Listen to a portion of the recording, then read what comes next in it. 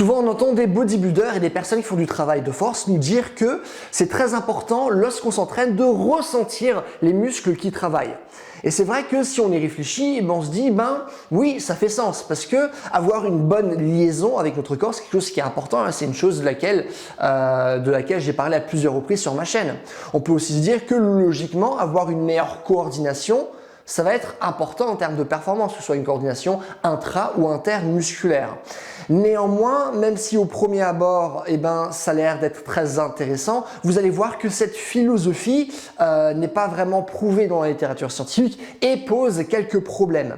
Le premier problème que j'ai envie d'expliquer dans cette vidéo, c'est que comme on pu nous le montrer une étude, c'est que lorsqu'on a tendance à trop se focaliser sur la manière dont nos muscles se contractent, vraiment essayer de les contracter à fond, ce qui va se passer, c'est qu'on aura tendance à utiliser des poids qui sont moins élevés. Alors là, vous allez me dire, ok, certes, on va travailler avec un poids qui est moins élevé, mais on va faire un travail qui est plus qualitatif et en soi, ce qui est le plus important, ça va être la qualité et non pas la quantité.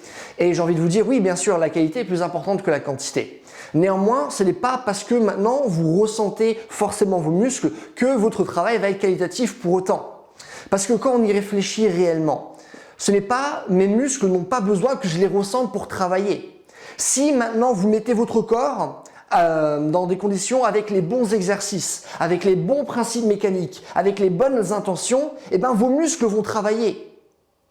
Et donc, on peut très bien ressentir nos muscles et utiliser les mauvais exercices, les mauvaises intentions, les mauvais principes biomécaniques et avoir de mauvais résultats.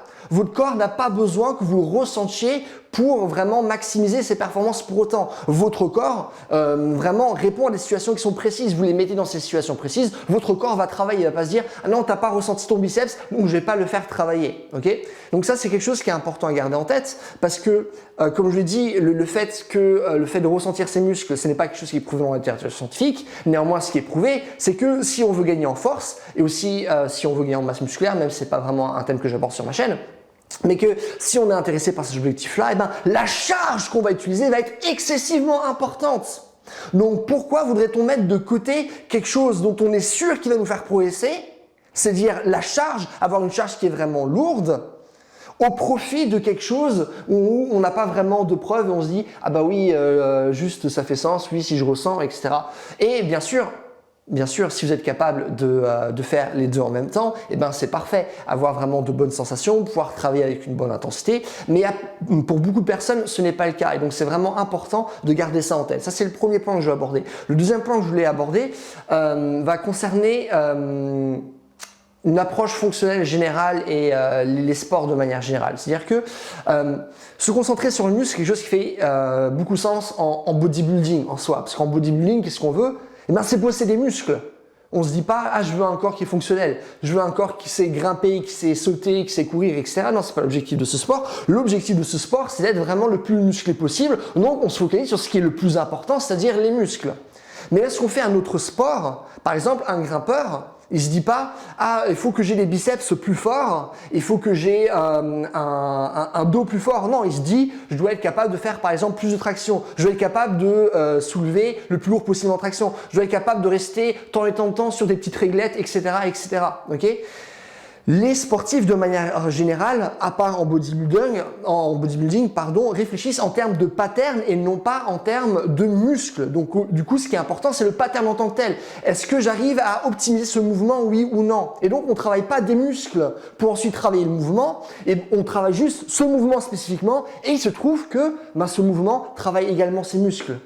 Mais il faut bien partir du mouvement et après on travaille des muscles. Mais dire ok, je vais travailler ces muscles pour améliorer ce mouvement, c'est pas le bon mindset à avoir parce que c'est pas ça qui va vous faire progresser. Et donc à ce moment, on peut se dire, si mon but c'est d'optimiser un mouvement spécifique, ce mouvement, j'ai juste envie de lui donner pile l'énergie dont il a besoin. On n'a pas envie de lui donner trop d'énergie parce que c'est ça l'optimisation sportive. Donc si maintenant je fais un exercice et que j'essaie vraiment de contracter tous mes muscles à chaque fois à leur paroxysme, est-ce que je suis réellement en train de faire un exercice qui est efficace? Non, parce que je suis en train de tout utiliser. Je suis en train d'utiliser, imaginons, 100% de mes capacités. Alors que pour faire cet exercice, j'aurais simplement besoin 60% de mes capacités. Et l'énergie que vous utilisez en plus, c'est de l'énergie que vous aurez pu utiliser pour autre chose. Là, bien sûr, je parle dans une démarche qui est sportive, ok? Donc, je suis pas là en train de vous dire que ressentir nos muscles, c'est quelque chose qui est fondamentalement mauvais. C'est pas ça que je suis en train de vous dire. Ce que je suis en train de vous dire, c'est qu'il faut avoir davantage de nuances par rapport à ce qui est dit aujourd'hui dans l'industrie du fitness de manière générale. Et c'est tout ce que j'ai à vous dire dans cette vidéo. Passez une bonne journée. Bye.